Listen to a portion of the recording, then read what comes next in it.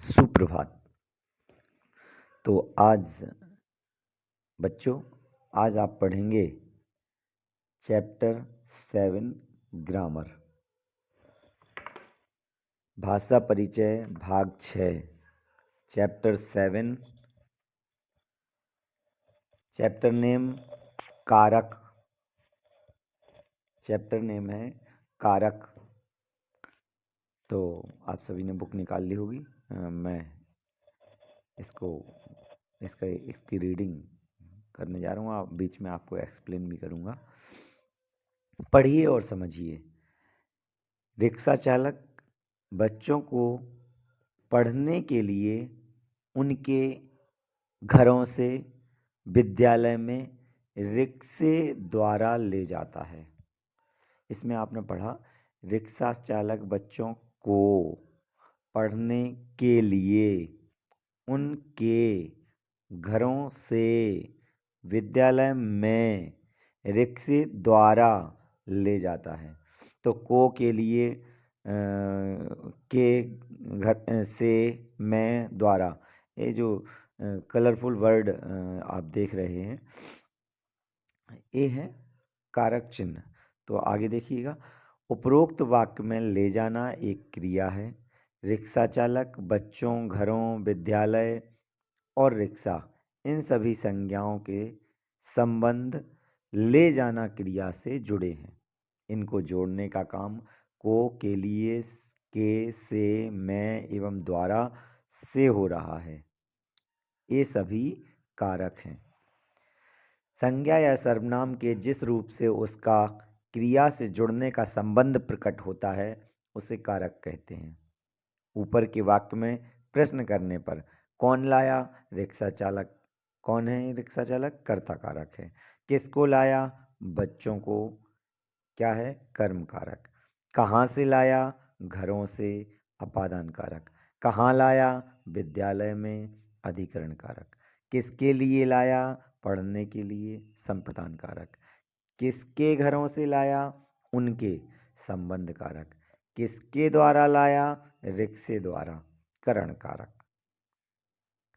परसर्ग अथवा कारक चिन्ह। परसर्ग का अर्थ है बाद में जुड़ना। कारक के बाद उनके चिन्ह भी लगे रहते हैं। कभी कभी ये चिन्ह नहीं भी लगते हैं। बाद में लगे रहने के कारण कारक चिन्हों को परसर्ग कहते हैं। ने, को, से, द्वारा, के लिए, मैं, पर, का, के, की, ना, नी, रे, ने, रा, री, रे, हे, हो, अरे आदि कारक चिन्ह परसर्ग कहलाते हैं। परसर्ग सदैव संज्ञा या सर्वनाम के बाद में जुड़ते हैं। कारक के प्रकार। कारक 8 प्रकार के होते हैं। इनके परसर्ग निम्नलिखित हैं। कारक: कर्ता, कर्म, करण, संप्रदान, अपादान, संबंध, अधिकरण, संबोधन। ऐसे भी कई बार याद होते हैं आप लोगों को, कई बार सुनने में आते हैं। कर्ता ने कर्म को, करण से, संप्रदान के लिए, अपादान से, संबंध काकी के, नानी ने, रारी रे, अधिकरण मैं, पर, संबोधन हे वो अरे। देखिएगा आप, जो मैंने पढ़ के आपको बताया कर्ता ने, उसी के नीचे जो है परसर्ग लिखा हुआ है। तो वो है, क्या है? कर्ता का परसर्ग क्या है? ने। कर्म को करण से या के द्वारा, संप्रदान के लिए, अपादान से, संबंध हाँ, ये जो अपादान आपने पढ़ा से, और इसके पहले भी आपने करण में भी पढ़ा से या के द्वारा। तो जो अपादान वाला से है वो अलग होने के अर्थ में, किस अर्थ में लिया जाता है? अलग होने के। तात्पर्य, वृक्ष से पत्ता गिरता है तो क्या वृक्ष से पत्ता अलग हो रहा है, वहां पर क्या कहा जाएगा कि वृक्ष से पत्ता गिरता है, अपादान कारक। और जो से आता है कि कैसे गया, तो कहते ना कि बस से गया, तो वो आता है के द्वारा, बस के द्वारा या बस से। इस तरीके के सेंटेंस में करण कारक आता है। आगे बढ़ेंगे। संबंध काकी के, नानी ने, रारी रे, अधिकरण में, पर, संबोधन हे वो अरे। आगे देखिए, कर्ता कारक। संज्ञा या सर्वनाम के जिस रूप से क्रिया के करने वाले का ज्ञान हो उसे कर्ता कारक कहते हैं। जैसे लड़की खेलती है, इस संबंध में खेलने का काम लड़की करती है, अतः लड़की कर्ता कारक है। जिससे हमें मालूम चलता है कि कार्य को कौन कर रहा है, वो कर्ता कारक है। कर्म कारक। कर्ता द्वारा किए जाने वाले काम को कर्म कहते हैं। जैसे लड़का गणित पढ़ता है, यहाँ गणित क्या है? कर्म है। लड़का क्या पढ़ता है? गणित। उपरोक्त वाक्य में पढ़ने का प्रभाव गणित पर पड़ता है, इसलिए गणित कर्म है। करण कारक। जिसके द्वारा क्रिया की जाती है उसे करण कारक कहते हैं। जैसे हम पैरों से फुटबॉल खेलते हैं, हम आँखों से देखते हैं, कानों से सुनते हैं। इन उदाहरणों में खेलने की क्रिया पैरों से, देखने की क्रिया आँखों से और सुनने की क्रिया कानों से की जाती है, इसलिए ये तीनों साधन करण कारक हैं। संप्रदान। जिसके लिए कोई कार्य किया जाता है उसे संप्रदान कारक कहते हैं। जैसे भगत सिंह देश के लिए शहीद हुए, चंद्रशेखर आजाद स्वतंत्रता के लिए मर मिटे। इन वाक्यों में देश और स्वतंत्रता संप्रदान कारक हैं, के लिए परसर्ग है। अपादान कारक। जिससे कोई वस्तु अलग होती है वह अपादान कारक में आता है। अपादान कारक का चिन्ह से है। जैसे पेड़ से फल गिरते हैं, पर्वत से नदियाँ निकलती हैं। इनमें प्रश्न करने पर फल कहाँ से गिरते हैं? पेड़ से। नदियाँ कहाँ से निकलती हैं? पर्वत से। और यहाँ पेड़ और पर्वत अपादान कारक हैं। संबंध कारक। जिससे कोई लगाव या अपनापन होता है उसे संबंध कहते हैं। जैसे कृष्ण की बांसुरी प्रसिद्ध थी, भारत की चाय स्वादिष्ट है। आदि वाक्यों में कृष्ण का संबंध बांसुरी से और भारत का संबंध चाय से है। ये दोनों संबंध कारक हैं। अधिकरण कारक। जिस आधार पर कोई पदार्थ या प्राणी रहता है उसे अधिकरण कारक कहते हैं। अधिकरण कारक के चिन्ह में अधिकरण कारक के चिन्ह में और पर है। उदाहरण देखिए, बंदर डाल पर है, कुर्सियां कमरे में हैं। इन वाक्यों में बंदर का आधार डाल और कुर्सियों का आधार कमरा है, अतः डाल और कमरे अधिकरण कारक हैं। संबोधन कारक। संज्ञा के जिस रूप से किसी को पुकारा अथवा संबोधित किया जाए उसे संबोधन कारक कहते हैं। इसके कारक चिन्ह हे, ए, वो, अरे, हो आदि हैं। उदाहरण देखिए, हे राम मेरी रक्षा करो, अरे मित्र तुम कहाँ हो। पहले वाक्य में शोक प्रकट किया गया है, इसके लिए हे का प्रयोग हुआ है। दूसरे वाक्य में आश्चर्य प्रकट करने के लिए अरे का प्रयोग हुआ है।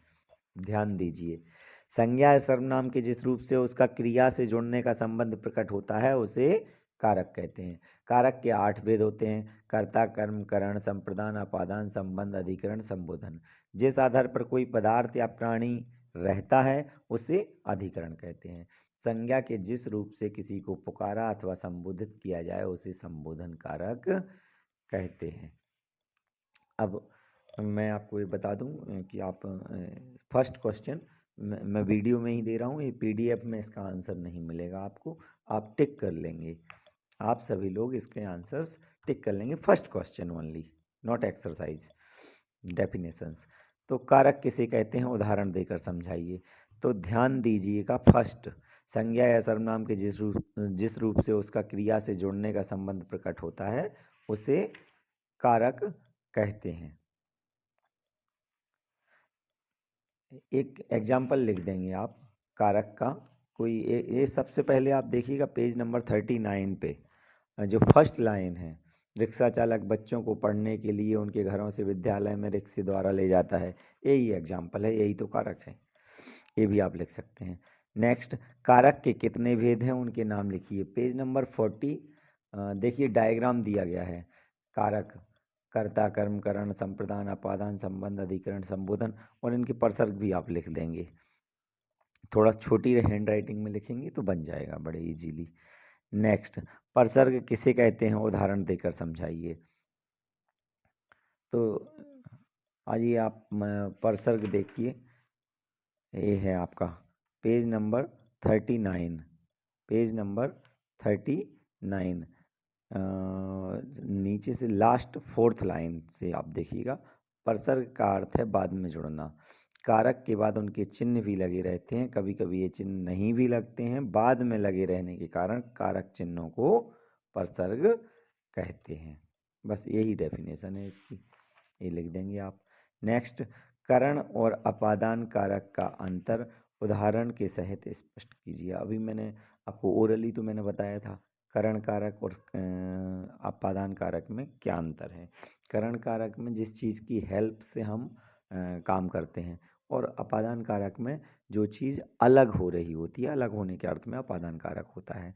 तो आप एक काम करेंगे कि आप एक एग्जाम्पल करण कारक का, पेज नंबर 40 पे देखिए, करण कारक हेडिंग दी गई है, उसमें एग्जाम्पल्स दिए गए हैं। तो एक एग्जाम्पल करण कारक का और एक एग्जाम्पल आप अपादान कारक का, दोनों एक एक एग्जाम्पल लिखेंगे इसमें। नेक्स्ट, संबोधन कारक किसे कहते हैं? तो संबोधन कारक की डेफिनेशन आप पेज नंबर 41 पे देखेंगे। संबोधन कारक, संज्ञा के जिस रूप से किसी को पुकारा अथवा संबोधित किया जाए उसे संबोधन कारक कहते हैं।